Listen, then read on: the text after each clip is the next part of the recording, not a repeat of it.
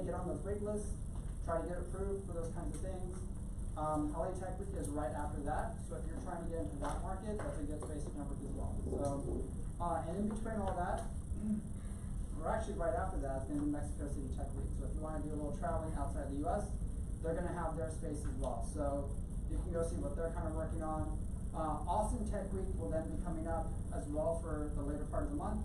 And if you're not registered already, Capital Factory is hosting that here. So it's going to be a full week, all day, workshops, presentations, things like that. And at the very end, they're going to have the startup call. So if you're looking to get your company out there, get a booth. You can sign up for a booth now. Yes? For those of us that work for Capital Factory, is that a part of our membership going to Austin Tech Week, or is that? So if you have a membership for Capital Factory, then you should have gotten a discount code for tickets. Okay. Yeah, so then if not, talk to Aaron or probably Elijah or one of those two, or Caroline. Yes. Yes. And then also after that is Generative AI World Summit. That'll be in November. That will also be here in Austin. And then Spice World is an IT convention. So if you're part of the IT world in any capacity, that might be a good one to check out because there's a lot going on there. I was looking at the calendar for that event and while the panels. It's pretty intense. Again, it focuses around a lot of like what AI is doing to disrupt like network maintenance, things like that, how it monitors certain things, especially for like cybersecurity, stuff like those. And then I checked Houston because for some reason Houston just is not active in the tech world. And they have a website up for next year in October. So I thought that was very interesting. It's literally like a blank website, just, hey, look, you know, October 2025, we're gonna have a tech week. If that's gonna happen, I will be very surprised, you know. But yes, I wanted to cover that just because like I've been looking for a tech week in Houston for a long time, and as we all know, Houston is an energy city, it is not a tech city. So having a tech week has been pretty hard for them. So, with that said, the latest business news and AI.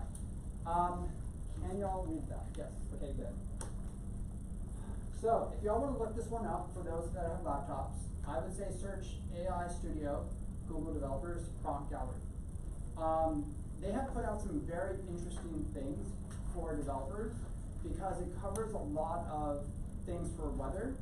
It covers a lot for like audio, for writing, and it also covers a lot of like spatial discrepancies. So if you have, let's say, very random points of data, you can use AI to sort of like find patterns in that kind of like information.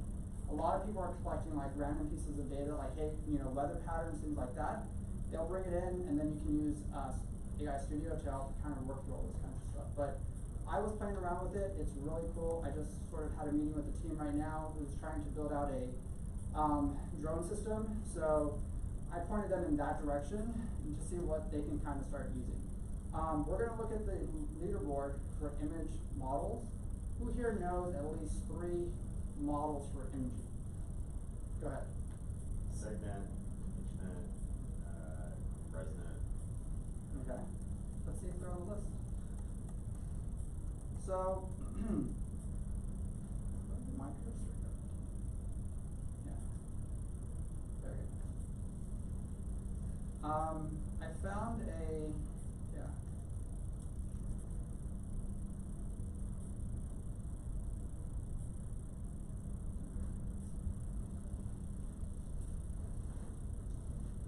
So this one shows right now what the top models are for imaging.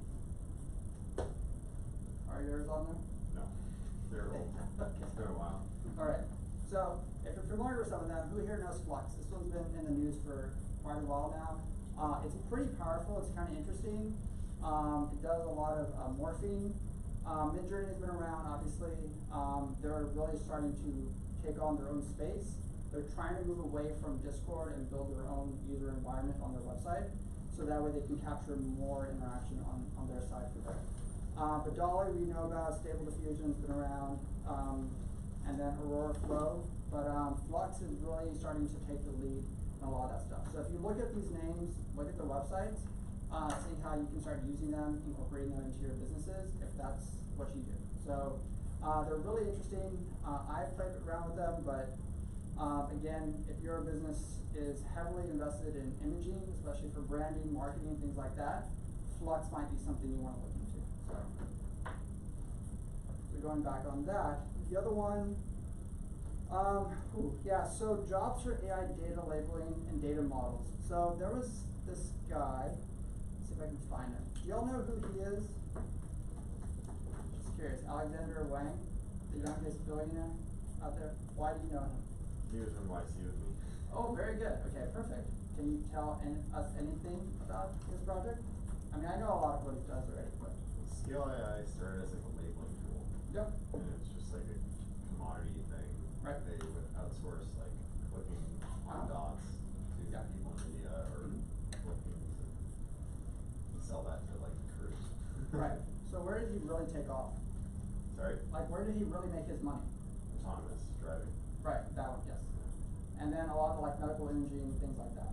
So he was able to go in and use the AI systems to start cleaning up a lot of imaging, but again, he needed people to label that data. So he went out and he built a system. Let me see if I can find it real quick. So he built this company to help with that. And basically what you do is you go in here and you pick up small tasks, and all you're doing is labeling all this data. And he basically wanted to say like, hey, we need to bring in more people to start labeling this data for AI models because we're running out of this stuff. So he would go in, collect a whole bunch of stuff, and then he started to put these little jobs on there. Well, what happened was all these jobs, companies would start posting like, hey, I need a labeler, I need a labeler. And then they would go in, and these people, he started to notice, would start using ChatGPT to label the data, which is not what you're supposed to do, right? Like, the data is meant to be looked at by a human. Instead, these people are doing the lazy way, going to AI, and having an AI system label the data. And started to have a lot of corruption inside the data labeling system. In fact, it got so bad that he had a contract with Meta, and the Meta researchers looked at the data and were just like, why does everything start the same way?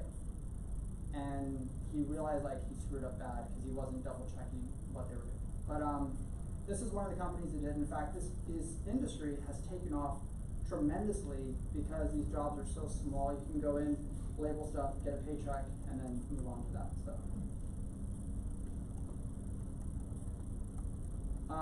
The next one right there, they announced the Google CEO $120 million fund for global AI education, trying to get into like rural communities around the world. They're trying to find a way to like, hey, we need to find communities that are just not aware of this stuff. The irony behind this is, even here in the US, AI is being suppressed in education, right?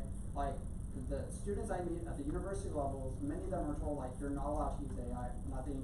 If you're caught using AI, it's considered cheating, right? Even though AI is like doing everything now, like everything is now being run pretty much by AI if you've really been keeping up with this stuff. The advancements that it's having is changing so much that so many people are like having trouble keeping up with this stuff. Like even for me, keeping up with it is hard because like it's like 20 new tools come out like a day, you know? And trying to try all 20 tools and get trained on that, it can get pretty exhausting. So he's trying to push that around the world. So we'll see what comes of that. And there's a company that wants to be the next AI for Netflix show. And when I looked at this one, where is it? This is called Showrunner. And basically the premise behind it is that you can go in and say, hey, I want to create a story arc, right? And in this story arc, you're going to go in and create 6 episodes. And then it creates those 6 episodes for you. And now you have your own personal TV show. And so it's like your own AI Netflix, right? And it produces all these shows. Is that cool or is that not cool? Super cool. Yeah. Super cool. Is it? But is it interesting? Okay, I like that there's discourse, right? Because like there's a side that's like, they want that, it's cool. There's the other side that knows like, hey, that's my job, right? Exactly, right? That's the thing. And for software engineers right now, the reality is that it's hard to get a job right now, right?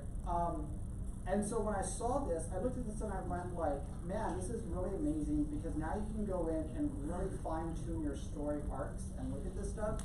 And not only can you take this, but now you can start to, and we're gonna go further later on, start to publish this, okay? And then that's how you're gonna build your even bigger creator economy, right? So the bigger news behind that is, YouTube now wants to start adding seasons to YouTubers' channels. Go figure, right? Yes? Who owns the copyright? Right. Yeah. Oh, okay, so. We just created a lot of work for lawyers. Oh, we did. So now, did you hear about the partnership with Lionsgate and OpenAI? So they have a partnership now where they're gonna come in and train all their stuff on their film catalog stuff, right? And now the issue becomes copyright. It's just like, okay, well, how much do we give to directors and writers, and how much stuff, and what control do they have, and what ownership do they have, and how do we know what parts are being used? And it's a very interesting thing. So right now, they love the idea. I'm sure the lawyers are just like, this is a lot to build, you know? But yes, you in the back?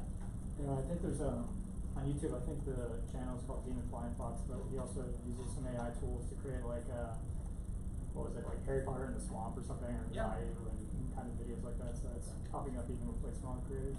So on that note, one of the things I told somebody a long time ago, and I know a lawyer's gonna come and destroy this idea, and that is you're gonna be able to go back to old TV shows, right, and have AI say like, hey, take the storyline and continue it with 5 episodes, right? And even though the actor just passed away, like you'll be able to continue your stories that you used to watch as a kid or something like that, and AI can be able to do those kinds of things. Here's the problem, and when I was reading the partnership between Lionsgate and OpenAI, was understanding how to make sure AI is not taking copyrighted material and creating new stuff. And I'm like, how are you gonna do that? You know, that to me, I'm very curious to see like how that's gonna end up being, you know. Because how many times have you seen people like social reverse engineer an AI system and it gives you what it's not supposed to give you, right? You know, so. But I just wanted to show you these things because a lot of this stuff is starting to collide, and a lot of this stuff is coming really fast, right? So it's happening, it's already here. As far as like showrunner goes, I think it's a great idea. If you've ever worked in film or TV, you know it's very hard to be a showrunner, even today, getting to that level, you know, so. And with the contract strikes that are about to expire, I have no idea what's gonna be coming from that, so. But on that note, let's continue. YouTube's VO now lets you brainstorm ideas. Who knows about this? If you're a YouTuber here, who's been using VO already? Yes? I haven't. Okay. Do you like it? Do you not like it? I mean, it's fine. Okay. I think that YouTube tends to release things before it's like fully ready. Yes. To beta test and get data. And their team's not been very helpful, but I Right. mean, the type of content I put out, it's fine. Sure, You yeah, know, yeah. so. it's not bad. So for those that don't know, what it basically does is it's like an AI tool that helps you come up with thumbnails, it helps you come up with like the first lines of like your videos, like video ideas to create things that way you can start working with what you would call like an assistant. So they're gonna look into seeing if this works, if they like it, if they don't like it, they're gonna start developing more for YouTube creators and things like that. So, and then the other part behind that is this new thing called Hype that YouTube has created that basically gives small YouTubers the chance to compete with the big ones. And so you'll be able to go in and hype up these YouTubers who have probably, let's say, less than 10,000 followers and kind of boost their image a little bit more so they can get more visibility. So anything to sort of like push out that audience and help grow it. And you'll even be able to, guess what, buy hypes, go figure, right? And help boost your YouTuber that you follow. So, any comments on that? I got one comment. Yes, please. Let's I hear it. heard, you probably fact check me, that you Sure. get 3 hypes a day, and so, I haven't looked that deep. I just, So- once it was like pay to play, I was like, this is stupid. I'm out. So I heard with the hype thing, you get 3 hypes a day, so network, and then when you put something out, Yes. say to your network, please use one of your 3 hypes on me. Yeah. You That's know? right, yes, absolutely. Yeah. You know, that would go so far. Because yes, it is a leaderboard system. So every day you have about 100 people that basically get on this board, and the top ones will get a payment of some sort, you know. But you only can get on that leaderboard if people hype you up, you know. So, and if people have limited hypes, then obviously you're going to need a large network. So, do what Jenna says, get those connections. I think the hype will be really interesting if they choose to merge it with monetization. You know, because like your watch hours, your subscriber counts, you know, kind of like a secondary data source to help Right. you get to that point. Uh-huh. Because a lot of us who aren't monetized you know, this would be a really great way to say like, hey, we deserve to be a part of the partner program. It's clearly working in the community. I think I'm more excited for the community component than the hype. And being able to like not have to pull people to Discord or to Circle or Patreon or whatever. Sure. I think that's gonna be a really great way to build repertoire on your channel. Absolutely, yes. Perfect. All right, so moving along, Substack now wants to add in podcasting and live stream. Is that a good thing? I don't know what Substack is. Substack is Newsletter platform. Yeah, it's a paid newsletter platform. So basically it's like why live stream when you write a newsletter? I have no idea. That's why I was very confused about that when they announced it, because I was just like, you know, you're a newsletter. Like, why do I need to sit there now and watch your podcast when I could read your newsletter, or do I just watch your podcast instead of reading your newsletter, or give up on everything and just watch your live stream? You know. Or the next service is to convert the newsletter into live stream newsletter. Right. Yeah, I know, right? Like it's like back and forth. It's like, you know. If you want there to be async, So you kind of want to stay that Don't way, you have to right? adapt to different people that learn a different way? I think that's why we give you options, because not everybody likes to listen to a podcast, or some people like to read and vice versa. Mm-hmm. Absolutely. And so, to me, I look at that as like, man, there's a lot of options now, and being a creator online is the reason why it's a full-time job, right? Like when you have all these different things, you have to have a team to support that. So if you are a YouTuber, guess what? You gotta have a newsletter, and guess what? You gotta have a podcast, and you know, all these other things added on. And if you don't have a merch store, oh my God, heaven forbid you don't have a merch store, you know? Cause you have to sell hoodies, like, you know, what YouTuber doesn't sell hoodies, you know? So. But where does it affect it, because you're creating also a lot of noise by not focusing. Right. Because you have so many different things, then you end up not selling too much because you're trying to keep up with them. Right, exactly. And for those, it's just like, man, it's like, hey, guess what? I just released a line of new toys today, go buy them. And then your followers are just like, dude, I only have so much in my paycheck to give you. Like, you know, like I have like 30 subscriptions I'm already dealing with, and now you just released this novels that you wrote, and I have to go buy them because I followed you, you know. Yeah, I don't know how that's gonna turn out, but I guess it's a new thing, right? You know. So, all right. So on that note, who knows Lemon 8? Why do you know Lemon 8? Yeah, this one was being worked behind the scenes when I was at TikTok, but this is like the answer to a hybrid of Pinterest and Instagram. Consumers are getting really tired of short form videos. Our brains want something, you know, that's like reminds us of something that we were previously on, but also there's like a blogging component of this. So this is very much of like a engaging, going back to old school Instagram vibes, kind of internet purity in a way back to how we were. And who is the owner of Lemon 8? Right. So why did they suddenly have a 300% surge in user growth?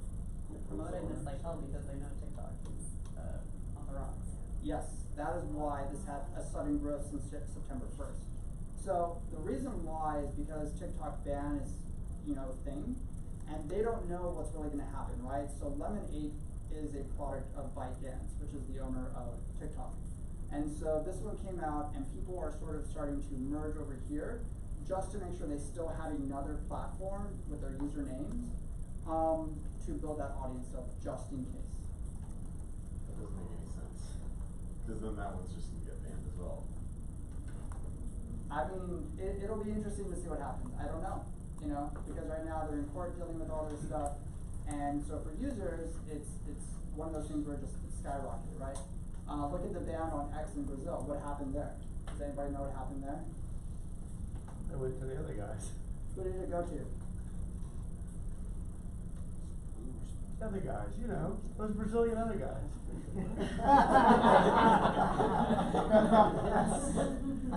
VPN's got a lot of money.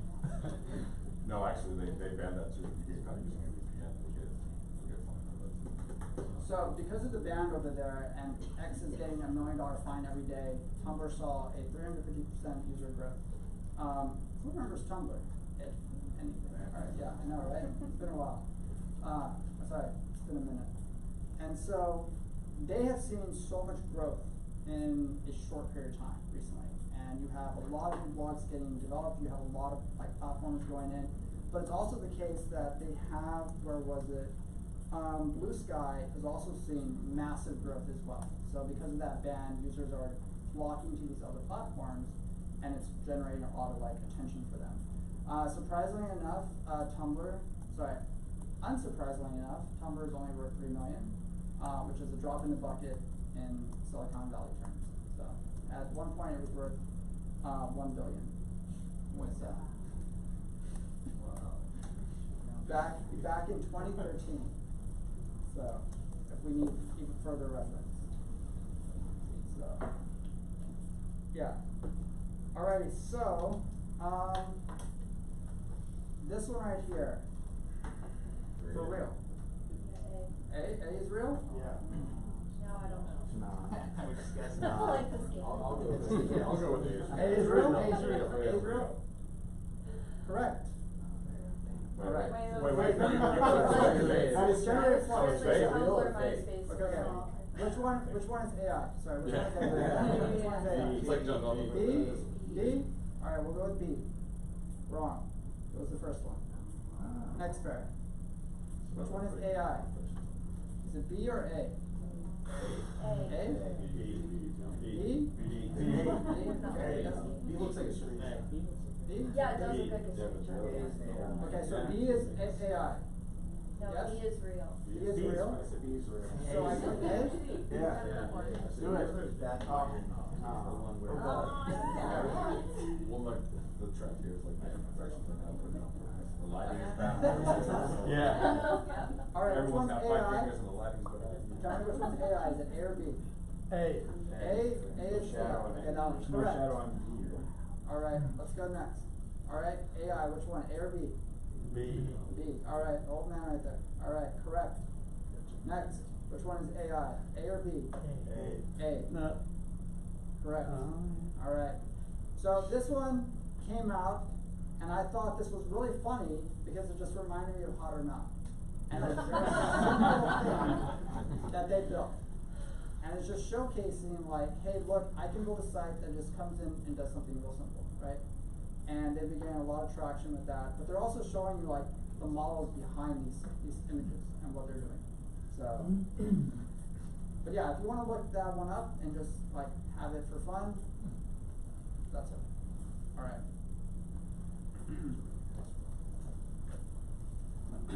So, there, did that. All right, e-commerce wars. So who knows what's going on in e-commerce world? Because this does affect you. Because if you are selling, you need to be hyper aware of what's happening. So companies are partnering. Do you know the biggest partnerships that just took place in the past 2 months? So the process to buy side is becoming blurred because these companies are partnering. So right now, creators are leading the demand for buying power, right? Like if you go onto TikTok, how many times do you see somebody with something and you're just like, man, I want that jacket or I want that shirt, you know? So like they're creating that buying influence. So what happened was that this whole buying pattern created something very interesting, and that was Amazon and YouTube were just like, wait, we need to take advantage of what's going on in the social media world. And so because of that, Amazon is now allowing Prime sellers to access inside data and ads for the holiday season. And Amazon now has a partnership with TikTok, which is, in my opinion, not good. So here's where it gets really interesting. Inside your TikTok shop, you can connect it to your Amazon store. You will never leave TikTok. The app is integrated to your store, which means that you can buy directly from the app without having to leave it. And then that order will get sent to your shop, and then you will get the order within a day or two, however your order is, right? So if you see an item your follower is wearing, a hat, a scarf, shoes, whatever, you can purchase it right there and it gets sent to you. That integration right there. Is that good? Is that bad? Great for affiliate revenue. So why is it bad? It's kind of like what Elon wants to do with X. He wants to make it into like a PayPal everything app. Of course, yeah. But the man does everything already. Yes. So, yeah. And I would say bad just because then you're on the app 8 hours a day. only 8? It's a slow day then. So now you have YouTube partnering with Shopify. And if you looked at how YouTubers are running their merch stores, the majority of them now are connected to Shopify. In fact, they have a whole customer support system behind it that says, hey, look, if you have a YouTube channel, you can connect to a Shopify customer service rep, and they will help build your store for you based on your branding. And they will get that streamlined for you. So that way, as you're talking in your videos, things will pop up. You can click on something, buy it right away, goes to your shop, the order comes in. So these are massive things that just took place, and a lot of people were not aware of them because they were, I don't know, just not well talked about, right? I mean, if you're in the, I guess, the stock market area, this was talked about quite a bit, right? Because their revenue and their stock tickers, all that stuff went up because these partnerships were massive, you know? As far as like a creator perspective, this is even better because now you don't ever have to like leave your app. You can buy directly from there immediately, you know? So if you're selling stuff, now you realize not only are you selling on, let's say, Amazon, but now you can connect it to your TikTok, and now you need to set up all that stuff.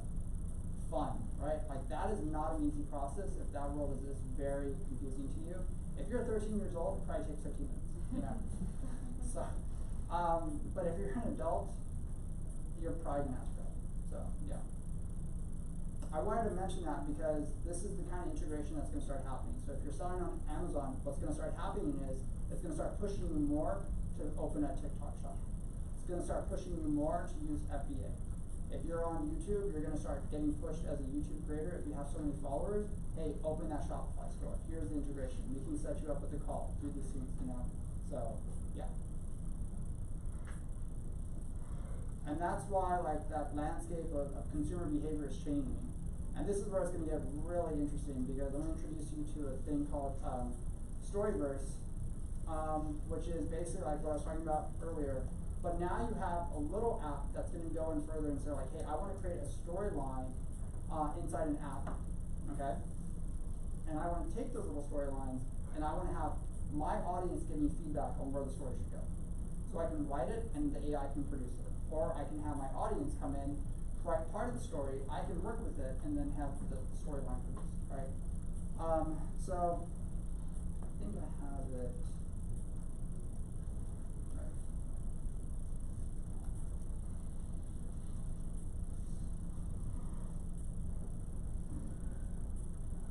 So these are basically little animated shorts for storytellers. Again, it's really meant for creators.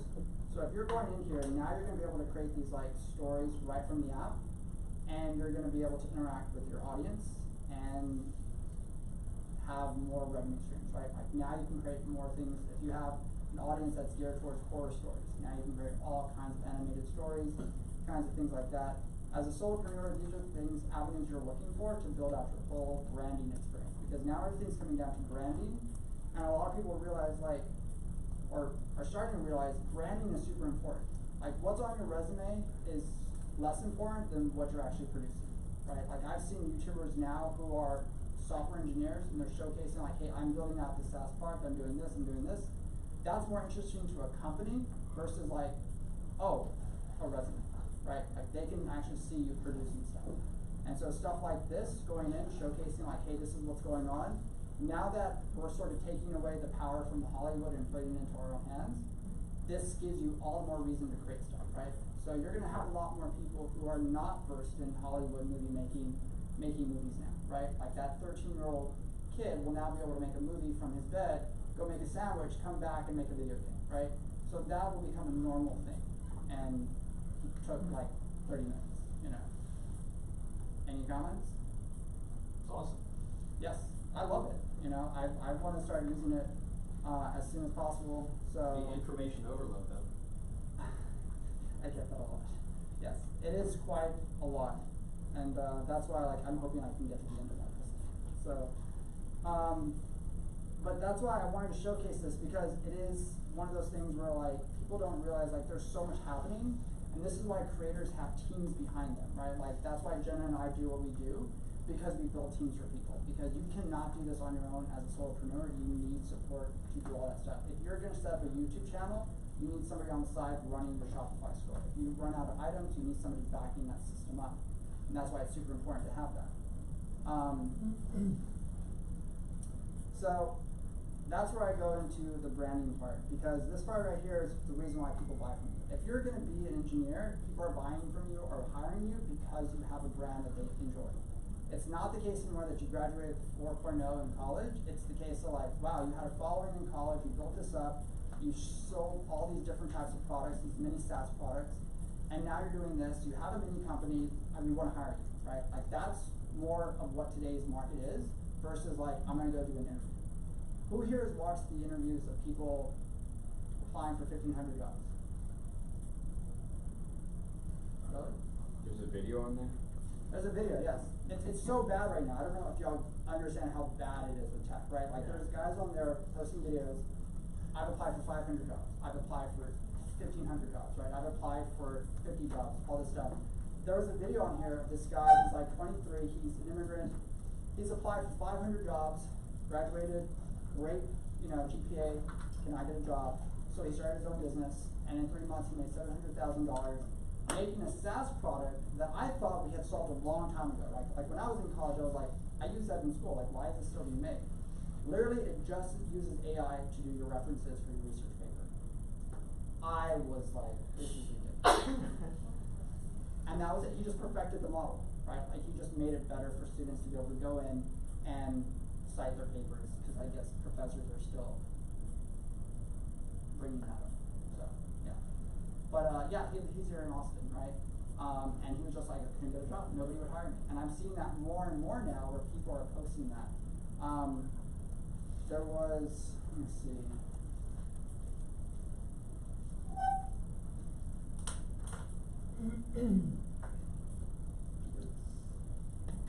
Yeah, there it is, yeah. Oh, geez, see? Buy a subscription. So basically, yeah, this guy right here, let me see if I can go back. Turn off Java and try again. But yeah, he had an MBA, and he was just like, yo, tell me to get an MBA. Like, you told me, like, what's going on here? And like, he's applied for 1,500 jobs. He did a YouTube video about this whole process, right? Like, and he was just like, I can't get anything, and then he's starting to see entry-level jobs that are requiring bachelor's degrees, So it's one of those things where like now your branding is what's going to sell you. Like if you have something out there, if you're either selling products, if you're running social media, like TikToks, things like that, that relationship is what people are looking for, And that's where, for some people, it's very jarring, right? Like I talk to a lot of people above like 40, and when I say like, on social media, it's like, why? Why would I do that? I just need a job.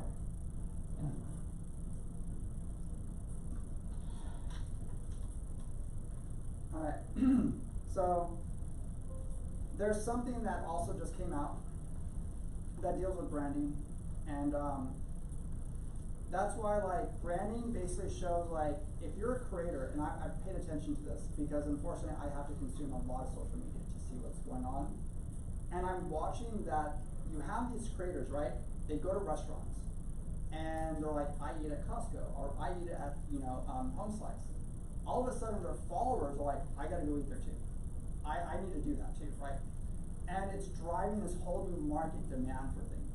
And so clothing is the same thing, shoes are the same thing. If you've seen the industry for people who are in basketball, it's like, man, he wears that shoes, I gotta go buy those shoes. So it's creating this new buying demand because they're putting all this stuff on social media. So now I'm going to introduce you to a product that is even crazier. I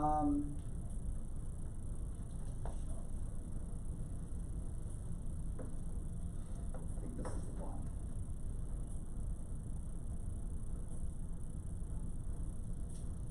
So Shelf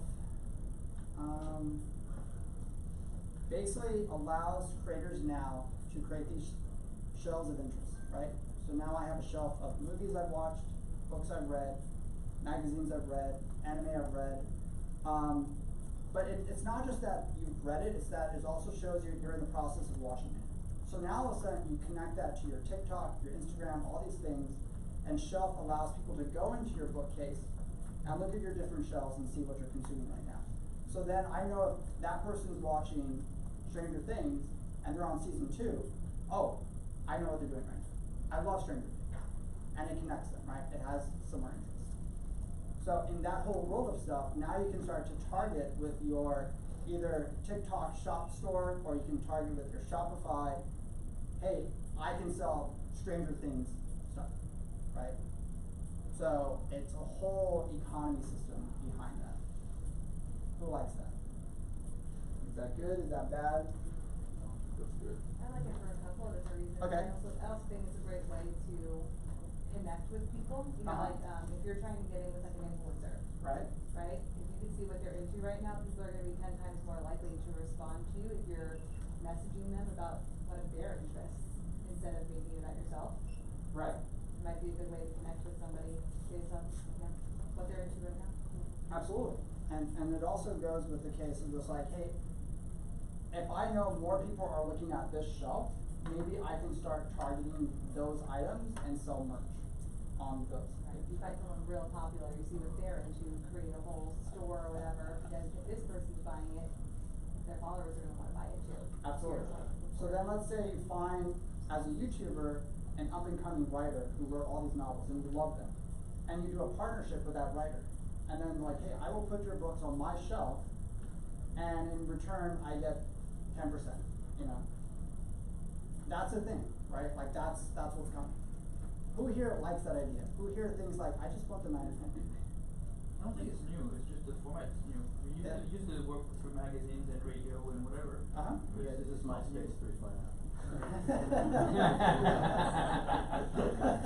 Yes. That's right, yeah, you know. But it I becomes think transactional, it becomes fake, because maybe I just want the money, and I will put your books up. I don't necessarily like your books. And that happens a lot too. Like I've seen that with YouTubers, I've seen that with TikTokers, where they will come in and it's very transactional. It's like, hey, look, you're buying me because I have 1 million followers. Like you want the attention. Here's the deal. Talk to my management and go from there, right? Well, what's the point of all these platforms? I mean, I'm older than a lot of you, so It just disconnects us more from reality. everyone's trying to find their tribe. Right, of course. Yeah. Right? And- So it's like pick a platform or two to use, because there's no way you can use all of these. So it's like Yeah. pick a platform or two to use and like just find your tribe. And that's just gonna be your tribe, and they'll probably like the shelf, and most people will hate it, but there's 355 million people in the United States, and, you know, 500,000 people probably agree with you on the stuff on your shelf. Of course, yeah. And that is true because it is exhausting even to manage like just one of them, right? Like if you try doing YouTube, there's a reason why so many people burn out, because that algorithm, it's a grind if you want attention, right? If you're not looking for attention and you post a video like whenever you feel like it, don't expect YouTube to help you. But if you can build your own audience and say like, hey, I posted a video, and you tell your audience, just like Jenna said, tell your network, they will go watch it, right? Like that is building your own natural traction, right? But if you're gonna rely on YouTube's algorithm, it's a job. It is a job, you know. And they want to see consistency all the time, because again, to them, you're making them money. Those are the eyeballs they want for their advertisements. So if you're selling a product, and I ask you a question of what platform that you had to choose to, what would you choose? I would choose probably TikTok and YouTube. Now, the only difference is like YouTube is massive in what it does. I would probably say you have a better chance of growing on YouTube than you do TikTok, because here's why. I saw a lot of TikTokers go to VidCon 1 year, right? And they had millions of followers, and they set up a booth. What do you think happened? The followers didn't follow. That's right, nobody showed up. Because it's 2 seconds, 10 seconds. It's 10 seconds, right? Like you're not actually connecting with these TikTokers, you're just consuming content and you're not building community. So what has TikTok done recently that's changed everything? Does anybody know this part? How long can you go on TikTok now? How long can you record? 2 minutes. You can go up to 60 minutes now. Okay? They realize they have to compete now with YouTube. But what else did they change that the algorithm favors? If you shoot your video in landscape mode, the algorithm will see that and it will promote that video versus vertical now. Okay? Because they're trying to compete with that YouTube environment. So they want the long form so it can build the community, because they realized they were just ignoring community. Like you have your shop, you have all this stuff, but YouTube builds community. Like have you ever like watched a video and then you read the comments and you're like, holy crap, like they're really invested in this creator. Yes. I want to add something to it. I have a friend that's a really great marketer. Flash Marketing is his name of his company, and he will tell you, we've we've asked this question a million one times, like what is like the superior platform, right? And he said, every time I'm gonna pick YouTube, and I think his reasoning is real smart. On TikTok, you're not necessarily in control of the content of what you see, but when you go on YouTube, people are searching for that particular, they're literally, it's an intentional search, and then you are coming up with whatever that search is. So you're building an audience in that way. People are looking for your specific thing when they come across your video. The shorts are kind of filling into the TikTok gap. That's right, yeah, absolutely. And so that's creating a whole new, like, yeah, a whole new change in that audience sense.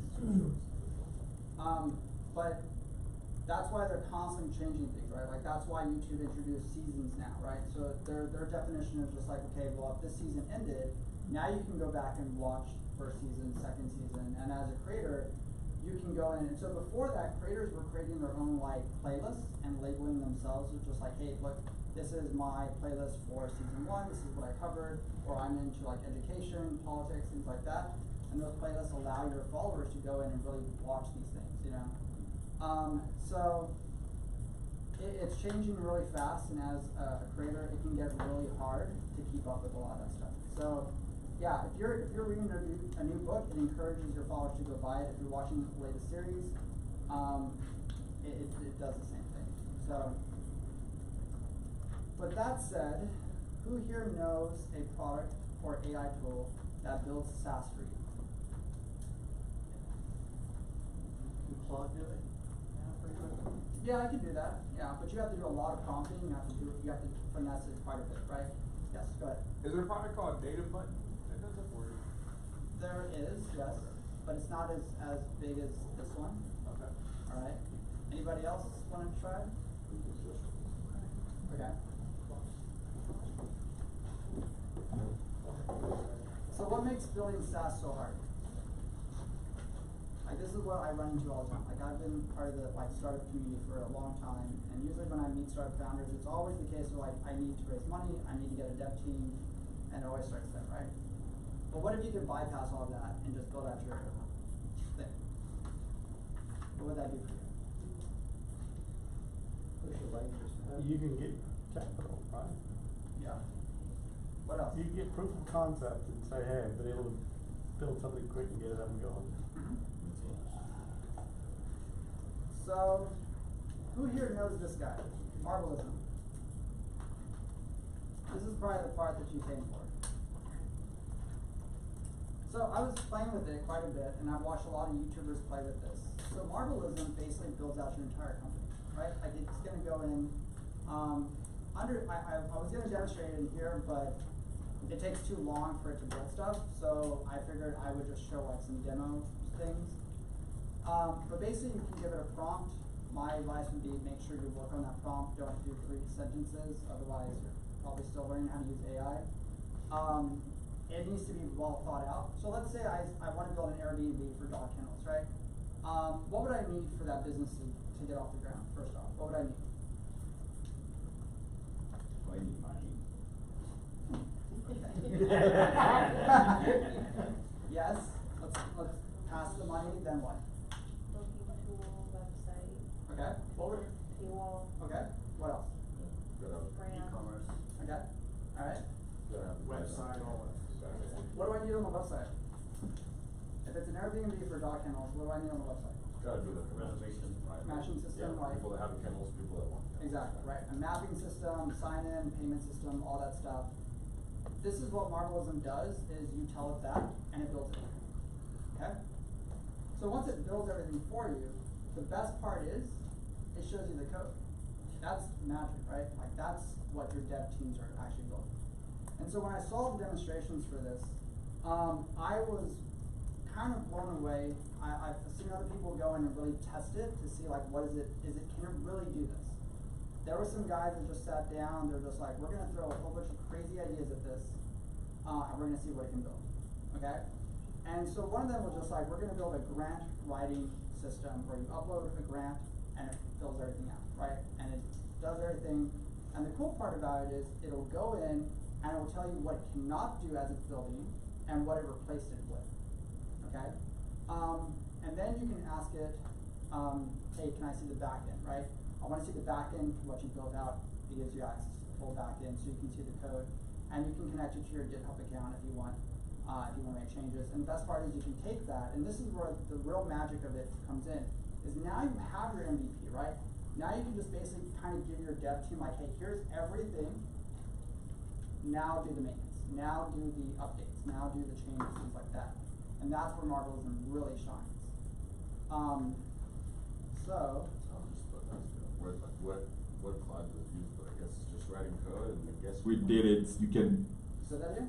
It's just writing code. So then you spin up Docker and then like launch on Docker or something. You could do that too, yeah. So and that's where I was looking at this and I was going like, for so many people who are not tech savvy, right? Like that is the thing that kills a lot of startups is like, I can't afford devs, I can't afford a team right now, I don't have anything. How do I speak to investors? Like, how do I get my idea? At least like MVP level, right? Now Marvelism allows you to come in and basically here's everything, right? So now you have a platform for that, and it shows you like, okay, cool, this is what I'm actually trying to do. Now your dev team's like, okay, cool, I know what you're doing now, I can get you even further, right? So yes. So it says there you can generate software from a single prompt. You also said something related to that. Does it? You want your prompt. Can you add to that with the complexity? Yes, and that's why I say like go back and use ChatGPT, Perplexity, like Pi, whatever. Really add to that prompt because the more detail you can give, it's going to do amazing stuff. So I'm just going to show this little demonstration to give you an idea. Generate software from a single prompt, and I'm not talking about to-do list apps or snake games. I'm talking about real app you can go to market with. Super excited to introduce you all to Marvelism. So let's try it out right now on our site. We're gonna make a pool sharing marketplace like Airbnb, and we're gonna click generate my code base and do the process together. So let's call it SwimBnB. It's gonna be a marketplace, light mode, and click next. Now it's generating all the tables in my application. We're just gonna accept everything. It looks pretty good. We have the reviews, the pools, the bookings. Click next. So I'm gonna pause right there. You can go in and make changes. Like you can go in, like if you want more tables, you can add more tables. If you know what the backend should look like, you can go in and make all those changes. So that way it understands what the final product should be. So if you know these pages, I don't want these pages, but I want these pages, you can go make those changes. So let's keep going. And now it's going to generate all the pages in my application. So same thing, we're going to click next. We just want to see our app live. We click go to your app because it's deployed on the cloud, so you get a preview with a test account, so I can sign in now. And this is it. This is our app. So yeah, let's see if it works. So we're going to try to book a pool. Yeah, we can see a map on the right and the list of pools. So it looks pretty good, like pretty good results. We can even play around with the map. So it found all the locations, and it built the map, it put everything together, and now people can go in and make reservations, right? Yeah, that's pretty good. Let's try to find a good pool to book. Okay, this one looks good with a swim bar. So that's okay. And yeah, great pool, very clean. That's what we want for a pool. Click book, and we're going to input a date and a time. And so basically we generate mock-up data. So are we too far in the future, or is this just like, No, it's as well? So that's why you have both. Swimply? Yeah. So right. Swimply? It's people can like rent out their pools. It's an app. Yeah, like exactly. subscription, yeah. Right. But it's the same thing with like, remember the app that lets you rent out your bathroom? Yeah. Like that one? Yeah, or your backyard for your dogs. Exactly. Like there's another app that allows you to rent out storage in your backyard and things like that. But again, now you have a system that goes in based off of your prompting, and it builds out your entire company. Yes. How much is it to do that? I don't know. I mean, you get 2 free builds. So And you get the code base. you get the code base, access to everything, all that stuff, and then once you go past your free credits, then you gotta pay for more. But we'll continue, and then we'll go. Already a lot of different pools and a lot of different bookings in your app on the first launch. So we can see here, booking worked, and let's try to list the pool now. So it's going to be the best rooftop pool in New York. And the description is going to be one of the best pool you will ever see in your life. The address is going to be in New York City, and the price per hour is going to be $350. It's going to be a nice pool. Yeah, okay. And let's click submit. And here's the pool now, and we can even see it on the home page. So it's pretty good.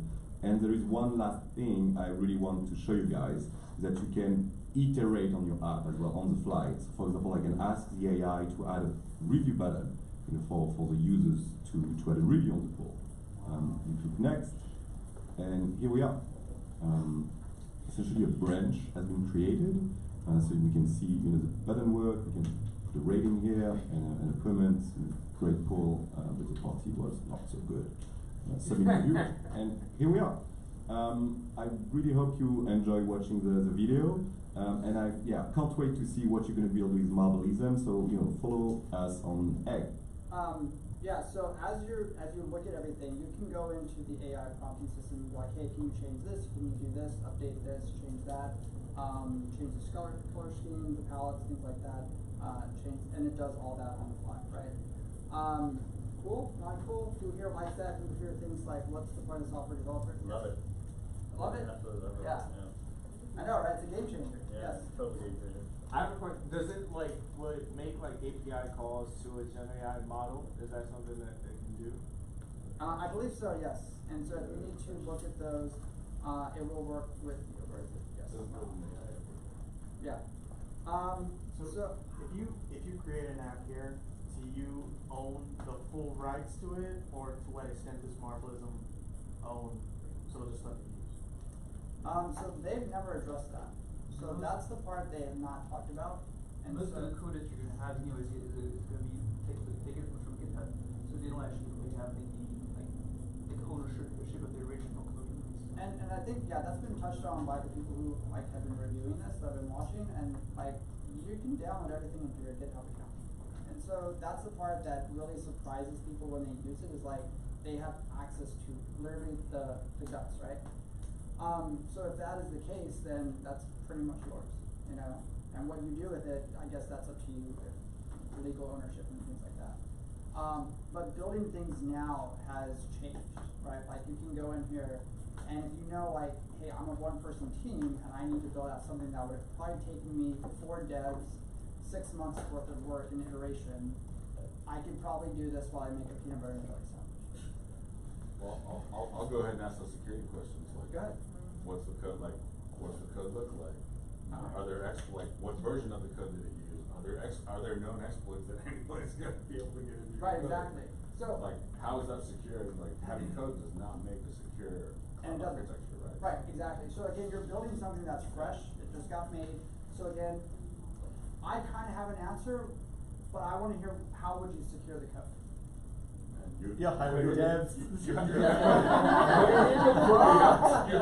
devs. You gotta get code review. You gotta check it. This gets you a hell of the way there, and then it's okay, now I can get some guys. Yeah, but we're down it's almost like that machine language model, right?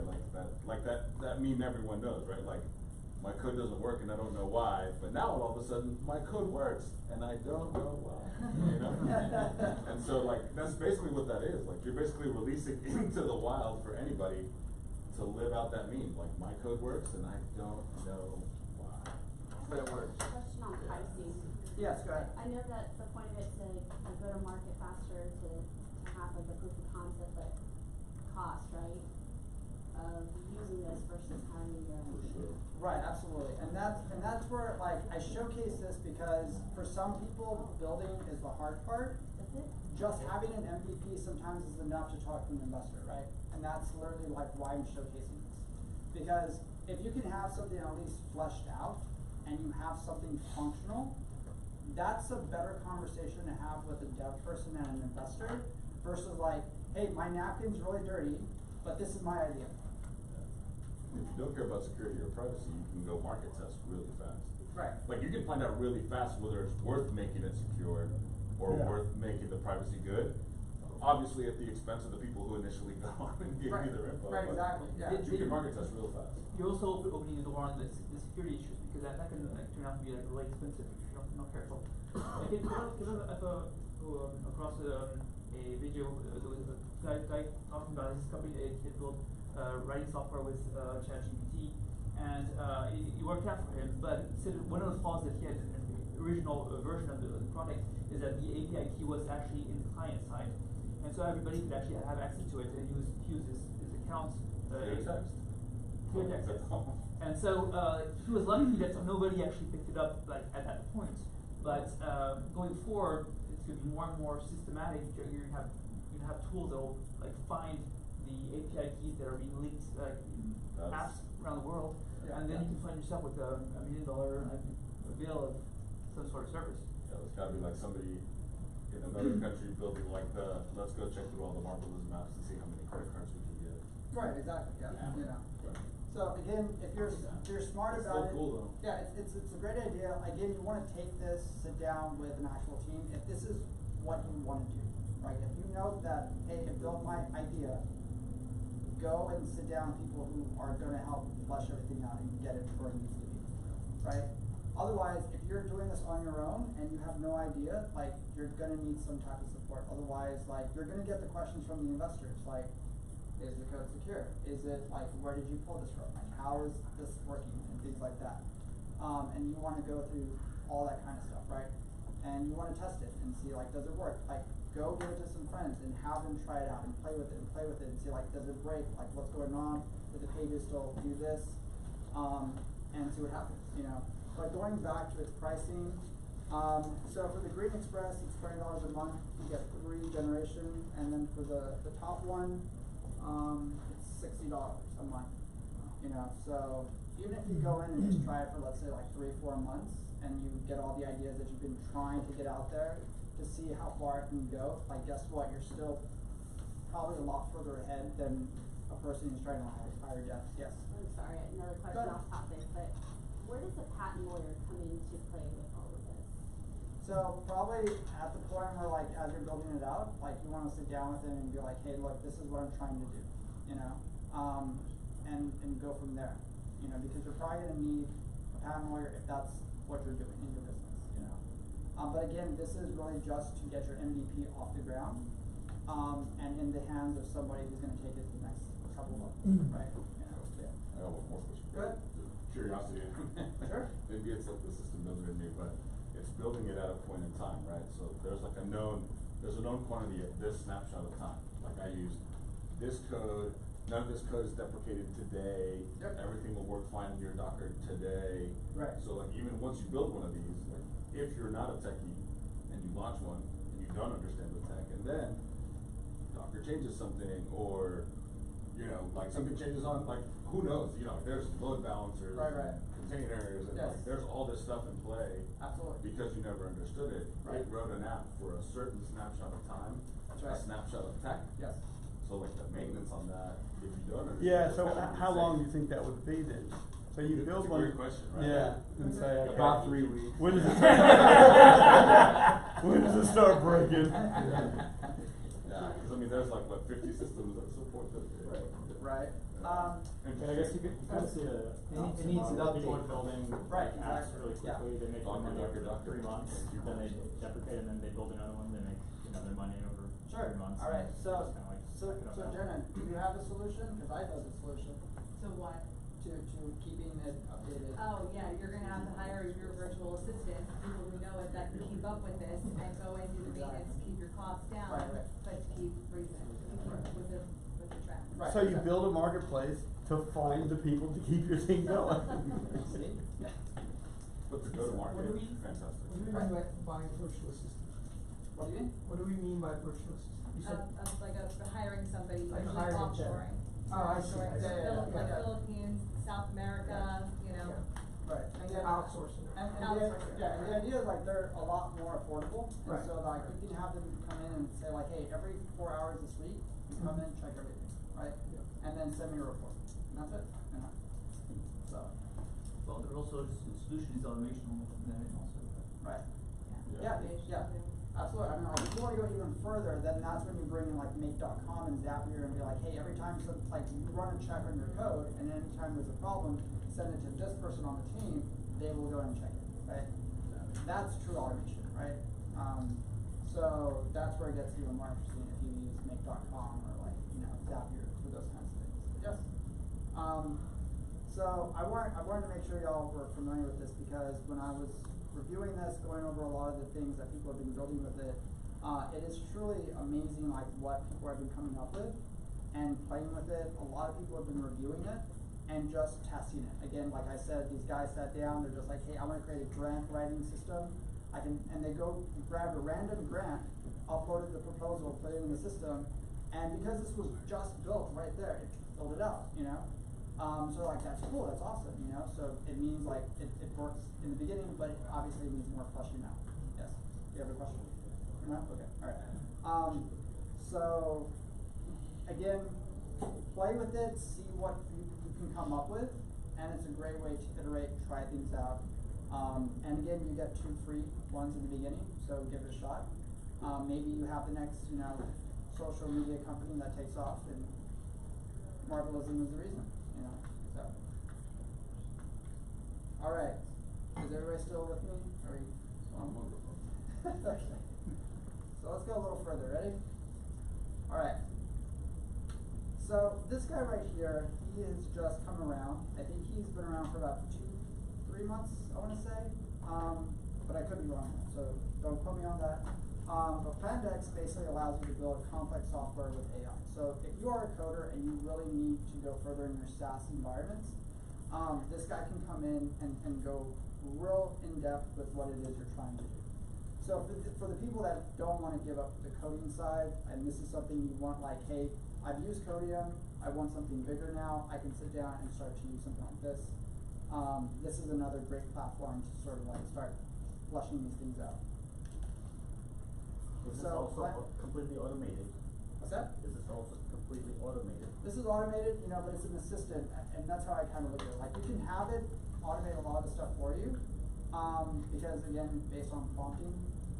But the idea though is like, if you're building out very complex SaaS environments, this is a great tool to work with. So on that note, you could probably take it and pair it up with the code that Marvelism gave you, and then see what it does with it, and you can kind of meta, right? And so you can kind of play with those 2 different tools and see like, hey, do they complement each other? Do they help with one another? Especially if you're not a coder. Yeah. But again, like as I said at the beginning, this is moving all very fast. And so in 6 months, we're probably going to have all new AI tools that are going to do even way more things. It's going to probably get to the point where just like, why get out of your house, right? Like, why even like, like everything will be delivered to your door. Like, creators will always have the right content for you, and they will know what merch you want to buy that day. And your grocery store, your grocery delivery is right there at your door, and your meal prep is done 2 weeks in advance. And now it's all Wally all over again. So what's the value proposition if anyone can generate code this easily?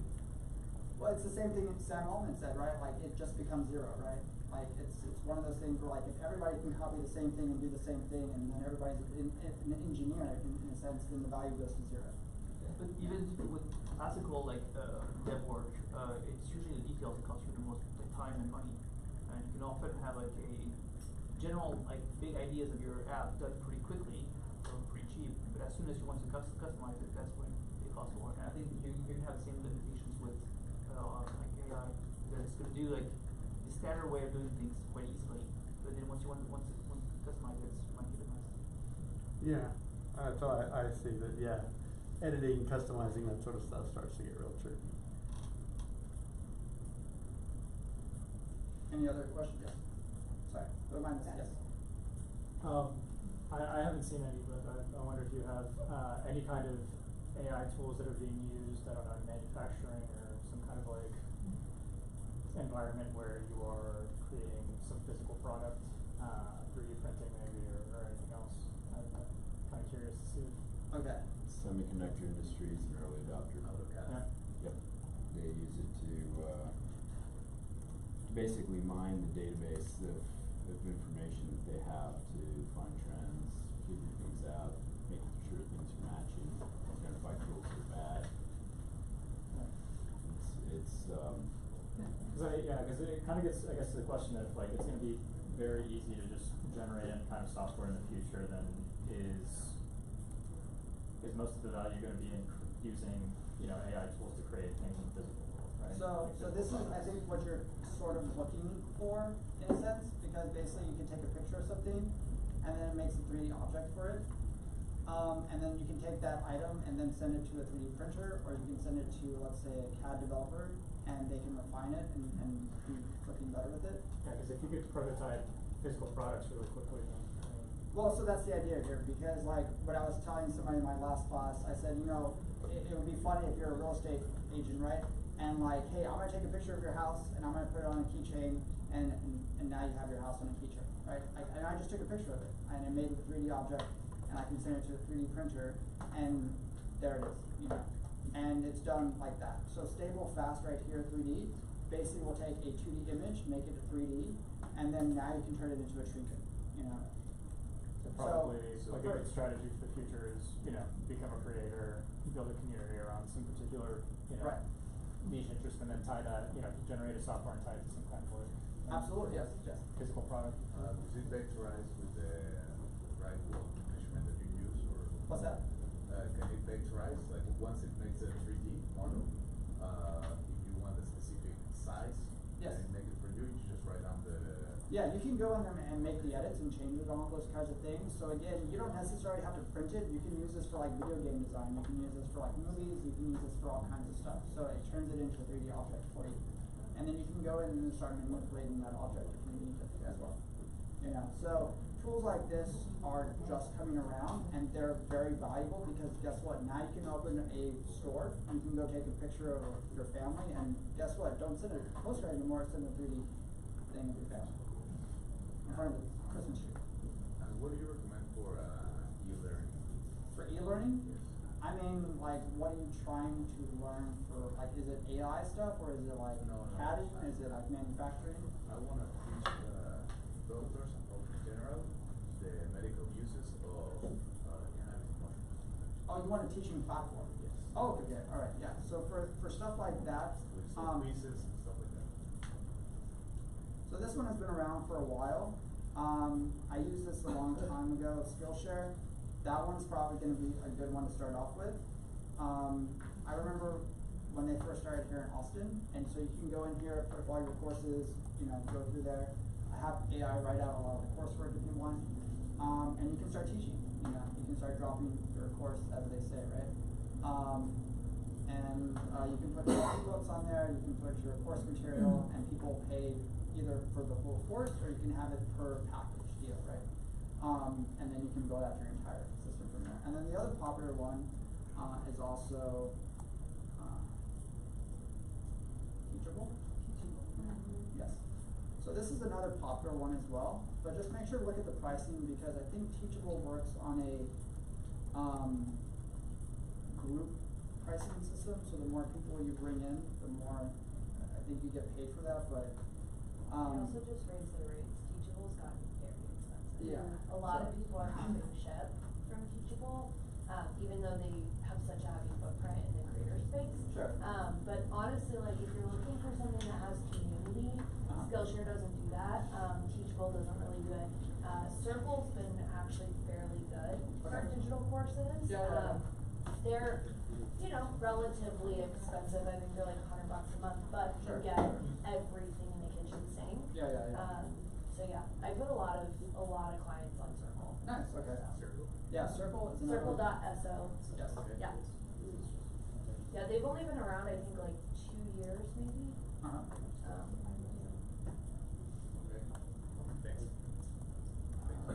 So When you hear a tech there's a company that I kind of want to catch real quick for y'all.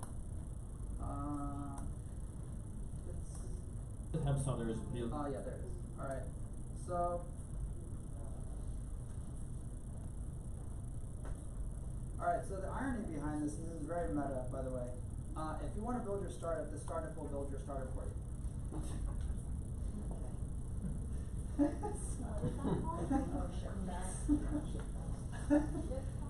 Yeah, ship fast. And I thought it was very ironic that a startup builds your startup for you. Alright, so basically you give them your idea and you lay everything out, you fill out the stuff, and then they will go in with their team and build out all the stuff for you. So then basically they turn around like, hey, guess what, your company's done. You know, it cooked, here it is, and now it's ready to go.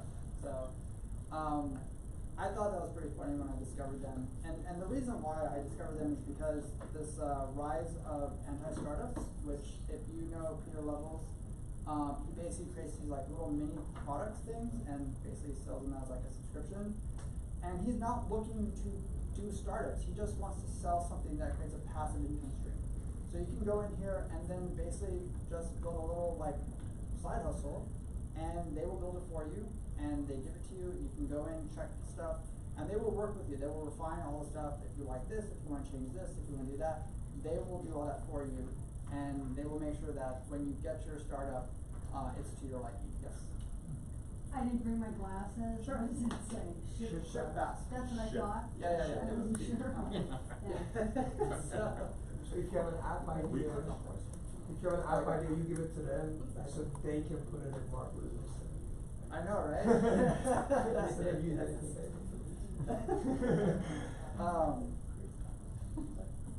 Yeah, so again, these are, I'm showcasing you this because again, the point of this program is solopreneur, and you want as many resources available to you that you can grow on your own. That helps you get to the next level, right? Like you're trying to basically get to the next level to where either you're going to sell it or you're going to have it to where you raise, let's say, 1,000 users, and then you can sell it at that point, right? It's getting to a point now where like I'm in some of these groups and people are building this stuff. They have no users, they have no revenue, and they'll be like, hey, I'm selling this for $3,000. Right? Yeah, they're basically just buying and flipping companies, right, at that point. And so they can grow their base, they can do their stuff, get it out there, and then once that happens, then why not? So some of these people will go in, they'll buy companies that have, let's say, 10,000 users, they have a good, a monthly revenue stream, they'll buy that, grow it further, and then they'll flip it again, right? And that's it, right, so. I mean, if you're good at selling, that's awesome. Absolutely, So you're good at selling, but not the, like, you're good at the people part. You're good at selling. I think it's like 5 biz sell, right? Isn't that the one? Yeah, there it is. Like you basically just go to this website, and there's just nothing but businesses for sale, for flipping. So if you understand real estate, you can go into here and you can buy a business and flip it and go from there. So if you're looking for a, let's say, internal medicine, its asking price right now is $695. Cash flow is $483. Gross revenue, yeah. So. I have to buy it on this website. Oh, really? Okay. Very nice. Yeah. So, who here knew about this website before? Okay, cool. All right. Yeah. So again, if you don't want to do that for homes, do that for businesses, right? And it's always interesting. I like to look at the ones that just got posted, and it's a lot of like very small, like it's an AI image thing, right? Like it's a photo thing, or like it'll enhance your images, and they'll sell it for like $500, $1,000, and they might have like 3 users on it or something like that, So yeah. But yes. I have a question for those that have businesses. I've taken a back seat on social media platforms for a few years, and that's what's I've been hesitating building anything because I don't want to go back. But I know it's like a big part of putting your brand out there. Are there tools that you can use that you can do your advertising and marketing, or hire certain people to do this that you don't have to do it yourself? Anything y'all can recommend? That is for y'all. Yeah, I was gonna say like a VA to do your social media, or like a scheduling platform. All of it. I just don't want to go back on Facebook or Instagram. Yeah, don't get on Facebook. Yeah. That's like 20 years ago. I use TypeShare. So TypeShare is a really cool tool. They have some AI that like, it's fine. Because they hopped on the AI train with everybody else. But you can cross post between Twitter, LinkedIn, Medium. Because I turn all my YouTube scripts into blog posts for Medium and my site. So that one's really good. And then there's so many VAs. I feel like you can easily hire. That's like, if I was gonna outsource, that's like one thing where I'm like, look at my analytics and tell me I'm trash, you know? Right. So. I would definitely suggest a hybrid, but Yeah. even OpenAI, Chris showed us a while back a website called there'sAnAIforthat.com. And I went on there at one point and I just typed in like what again, it's about your prompt, right? That's the whole point about AI. It's only as good as your imagination or what you put into it. So I had this idea for this new like marketing series I wanted to do. It's called Content Wizard. So that website, I searched in content, called Content Wizard. It's OpenAI, it's free, and I just said, you know, create a comical series on this, and then it, you know, I said create a 3-month plan. It created a 3-month plan. Then I went back in, I said, great, now expand on week 1, or month 1, week 1, write out every piece of content. And it gave me captions, what the images should look like, what I should post on Facebook and Instagram versus LinkedIn. What I will say is I learned recently, be careful with automating things on LinkedIn. Apparently they're like straight up Nazis, they will find you and they will kick you out of LinkedIn. Yeah. So maybe don't use some of the automation posting things for LinkedIn, but you should be good for the other ones. But well, scheduling posts is fine, but you're talking about bots, like doing the automations for like commenting. Like you can tell if someone's like always commenting the second you post, that's gonna be an automation that's gonna kick you off of LinkedIn. But like I schedule my posts and I've been fine. Yeah, I LinkedIn like I tweet. Like I just go, screenshot, go. And those usually do really well for me. And then, but I think too, like depending on your business, right? So like prompts are important. ChatGPT is kind of like my best friend, and so I don't really prompt anymore because I started out by making sure ChatGPT knew everything about my business. And I'm B2B, I own an ops agency, right? And so most of my content is about the work I do with clients.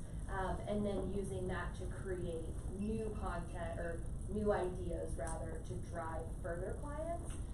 And so now I just go into ChatGPT and I'm like, hey, talk about my curriculum, talk about how I build in XYZ or whatever, and it'll create content from that. So, yeah. And it can also like analyze, like I have a channel, right? So like it analyzes videos and it comes up with like, here's other videos you could create based on what you've done before. So always, they talk about repurposing, but like, don't just be like, oh, here's 4 automations I built in Zapier. Okay, here's 4 more. Like literally use it to generate new ideas, not just talk about the same thing 12 different ways, you know? I think that'll carry you really far. And my personal assistant and I, we like divide and conquer. So like she creates blogs and whatever, and I do, you know, the specialty series and whatever else it may be. So that's why I say hybrid is probably a way to go. Overall, there's a lot you can automate, a lot you don't have to pay for. Find those, right? But then a VA really does help. Thank you. Yeah, absolutely. Yeah. So, and if you want to learn more about VAs and that process, you know, come talk to either me or Jenna at the end, you know, so. But yeah, I just wanted to kind of like briefly touch on what she was talking about. There's an AI tool for that. This has been around for a while. There are other databases out there like this that are coming about. But basically, like you can go in here and search for all kinds of AI tools, and you will discover real fast there's literally an AI for that somewhere in some place, right? If whatever industry you work in, things are coming. You can go and test it out, right? Like people who travel a lot and then they want to like understand like the miles and point systems and all that stuff. You can go in there and find an AI that is geared just for that stuff, right? If you're looking for like automation systems that can do all those things for you, it can go in there and find that AI tool for you as well. And do realize like a lot of these are also going to pull from the OpenAI store. Some of them are going to be behind a paywall, and some of them will be out and free to use. So, but these are really interesting to just kind of go through. Like every day I will go through here and see like what new ones have popped up, what are people building, what's going on, just to kind of keep myself like up to date on all these things, because it is overwhelming sometimes what's going on. There's even one for credit repair, blogger, pitch, only prompts, stories, transcripts. So yeah. Be prepared to go down the rabbit hole. Yeah. I mean, it's when I first learned, this is why I keep coming back for the record. When I first learned all this, I think I literally spent days backstage and playing with and like wasted time, but I mean. So much well, data you shared. Right, you learn, you grow. But I was like, oh my god, there's so much out there. There is, and you know, the thing is, like, when you start to see what's really out there, you start to realize, like, man, like, now I need to start understanding how to start piecing them together so they can work with each other. And then that's where the concept of AI agents comes into play.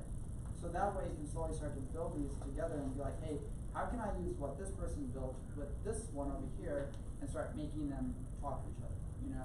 And then that's where you can build your own little AI team and make yourself feel like, man, this is what it feels like to be a billionaire, you know? So, Is there an AI tool for, there is. I'm sure. Pretty many of them there. I like it, I'm leaving that. Well, I mean, obviously there's one for, building business plans, but how about for the financials for doing it? Instead of me spending 2 days to figure out. You need financial advice, management? No, all the financials that you figure out for the plan. If you're given a budget, a startup budget, that it'll figure that out. Sales projection, fixed costs.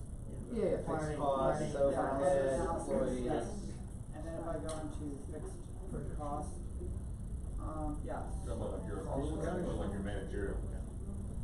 That one? Yeah, for the startup.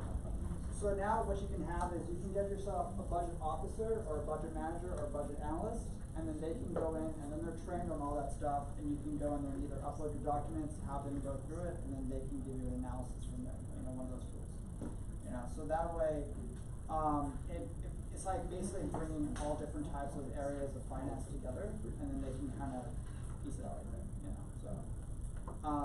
But the idea though is like, so many people are building things in different industries now that I love that there's sites like this, right? And now you can sit down and be like, you know what, I want to just check and see if it's there, and chances are it probably is, and go in there and look at, like, how does it work? What does it do? Like, what is the basic, like, prompting that it starts you off with? And play with it, because it might be the case that, like, using ChatGPT is not what you want. You want a more specific industry type agent right there, you know? And Chris, sorry to like kind of jump, but this is all from him. I'm just like filling it together. Chris told us a while ago to also download this app called Pi, like 3.14, right? Pi is the name of the app. Okay. When I can't get something out of my head or prompt the right way, or if I'm looking for a specific tool, I'm looking for something, you're talking in your natural language, right? I'm looking for something that does this. There's something out there that's like that, right? Pi will tell me what I'm looking for. Absolutely, this is a tool that does this. This is a tool, and you know, these are the things. If you're looking for it to do X, Y, and Z, go with this tool. If you're looking for it to do X, Y, and Z, go with that. And I'm like, oh, that's really great. And at least now I have a starting point. All thanks to this guy. So yeah, if you've never used Pi before, I would probably say, like, think about checking out what it can do, because Pi is very conversational and does not use a prompting system. It's like how we're talking right now, right? Sure. And so you could have it go in and basically like role play. Let's say you're going to have a meeting. You can have it take on certain types of personalities, people, and you can have a conversation before you have that meeting. And then you can go through and see what it's going to be like, and kind of like walk you through these steps.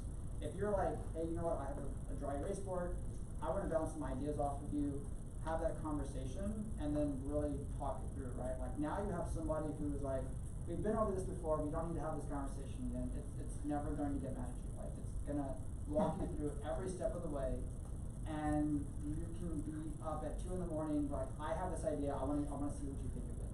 And you just start going through the whole thing, right? And that's the cool thing about these tools, is like they have all this knowledge, use it, you know? Like, hey, I just read this book and I have this idea, what do you think about it, you know? So it's there, take advantage, right? Like if you know you're going to be doing certain things, like use it to what it's going to help you with. But yes, I use Pi quite a bit just because it's very conversational. It feels like an actual person. And if you use the app, it can pick up intonations, it can pick up emotions, it can pick up all those kinds of things.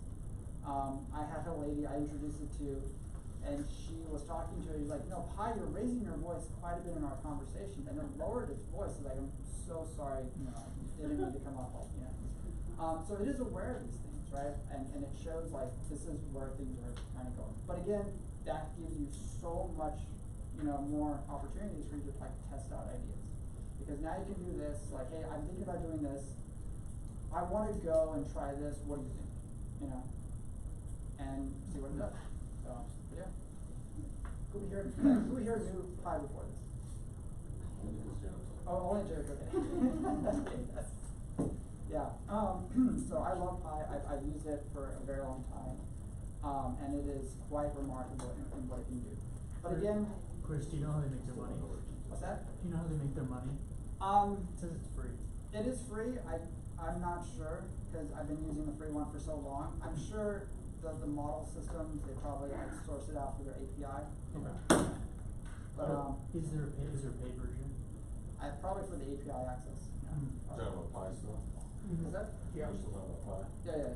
Because I do have that question, like, where does its brain sit? Because if you don't pay, everybody's paying, right? If you don't pay, then you're the problem. Yeah, right. Right. Where does this guy keep his brain? Like, Right. They sell information. Yeah. Probably, yeah. And I really like Google has it, so I'm not like a person. And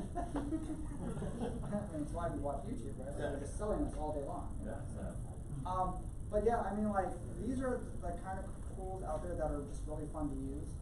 The other one that I love using is Perplexity, just because like Perplexity can do deep web research. So if I took, let me see,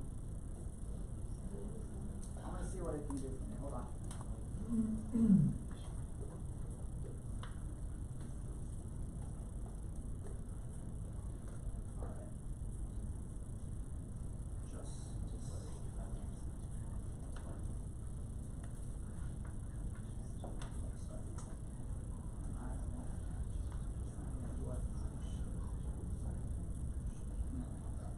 Okay, so this is basically what I just asked. So like, hey, I just discovered this website.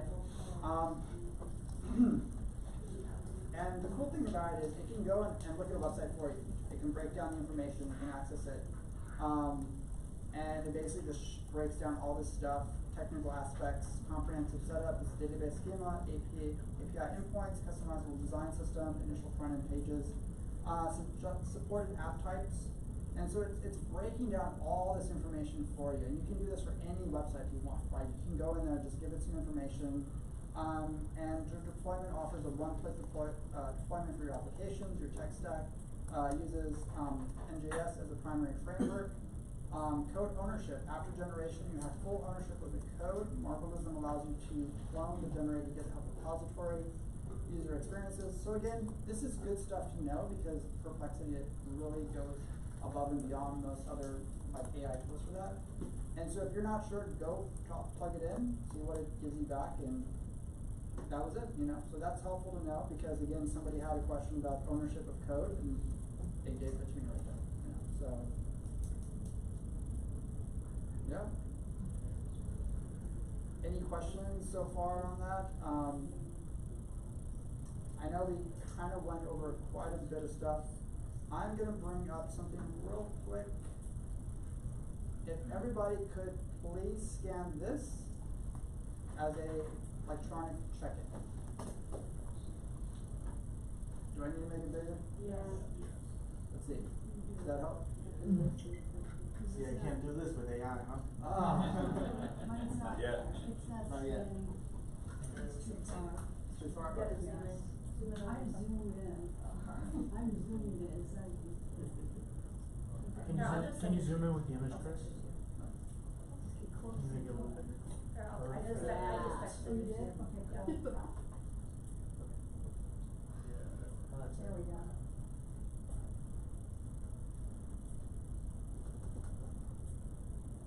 And so Jenna helped me make this sign-in, so that is credit to her as well.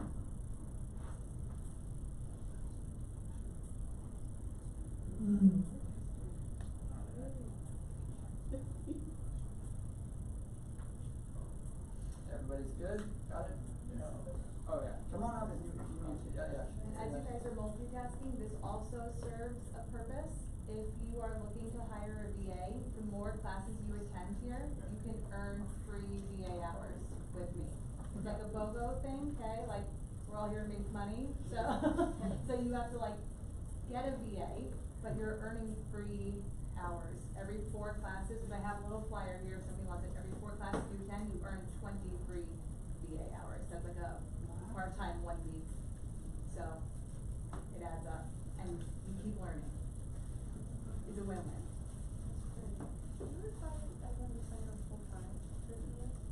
So also, a little, if you parked in the garage, these are some discount codes, so if you need one, come get it. I will throw it up here, so you can have one of these.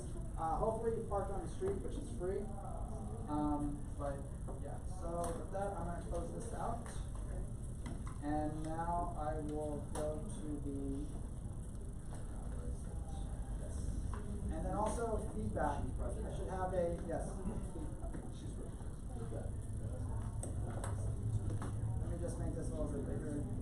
This is just a simple feedback form just to help me improve on the program. If you have any like suggestions, things like that, I would greatly appreciate that. I have to make it a little bigger. Is it working? Yeah, actually, if you could make it bigger.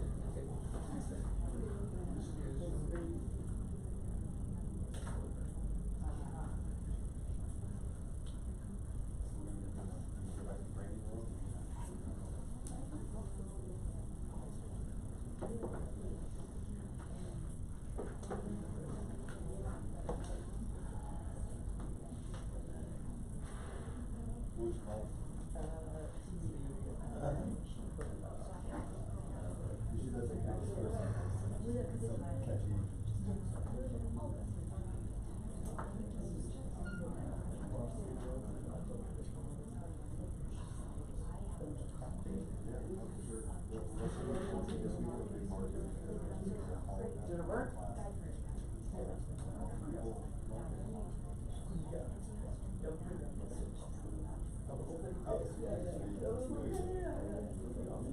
And if you still have questions, that is my calendar link right there, if you want to scan that as well. Otherwise, I will put up my LinkedIn, so. I thought we were. Are we? I don't know. I think you're last. Lopez?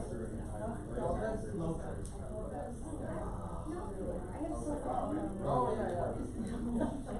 I thought for sure. Oh, yeah, yeah, absolutely. And so I'm gonna put up my, if everybody got this ready, so.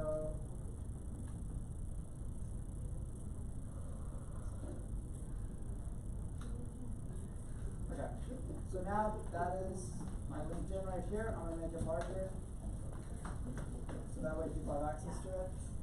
And then if so, just connect with me. If you have more questions, you can send me a message on LinkedIn. I do hope you enjoyed this. I hope you got something out of it.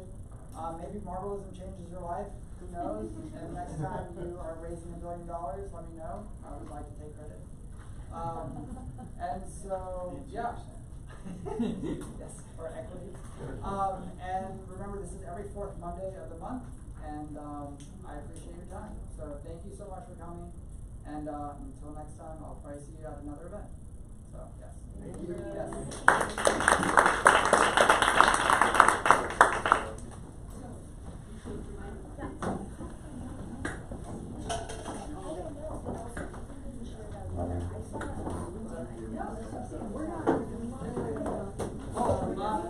Slides, just put a little mark by your name on the sign-in. Yeah. Does somebody have a sign-in sheet?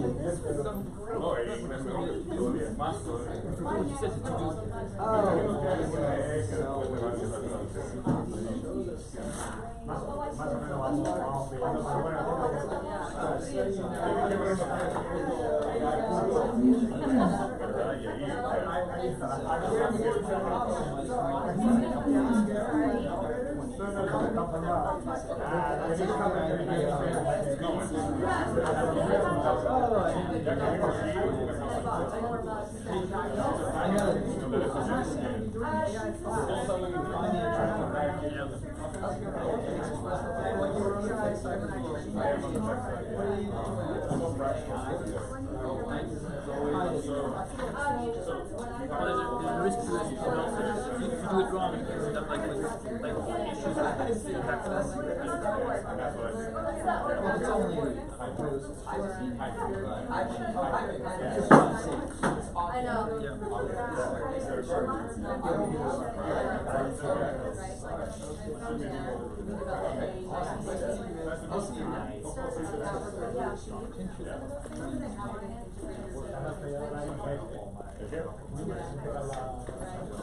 On Playbook, we basically spend a lot of time educating, all the different users.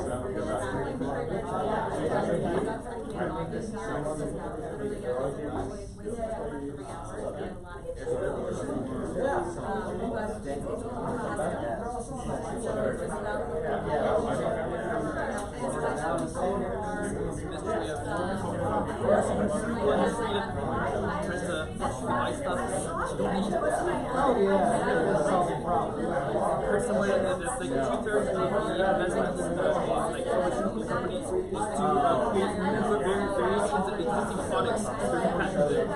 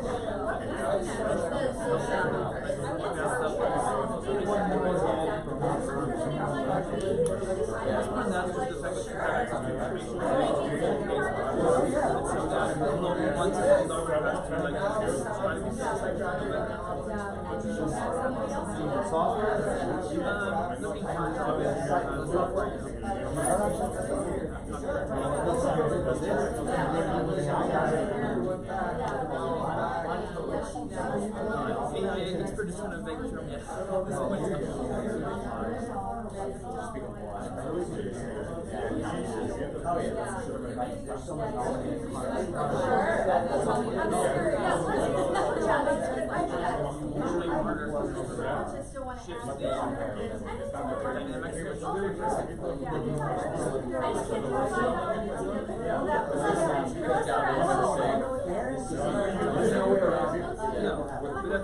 kind of most of what you wrote, 80% of your basically libraries that are produced. Use the word boilerplate, but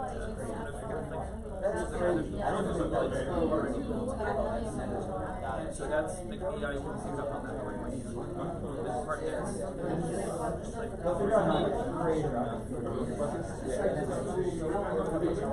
there's a level of complexity that's higher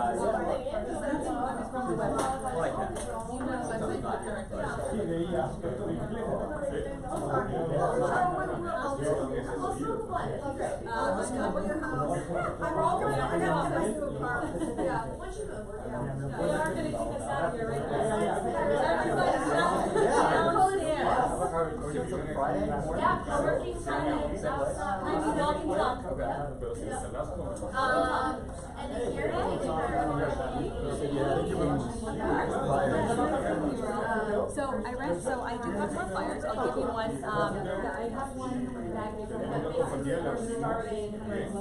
Garrett and I will actually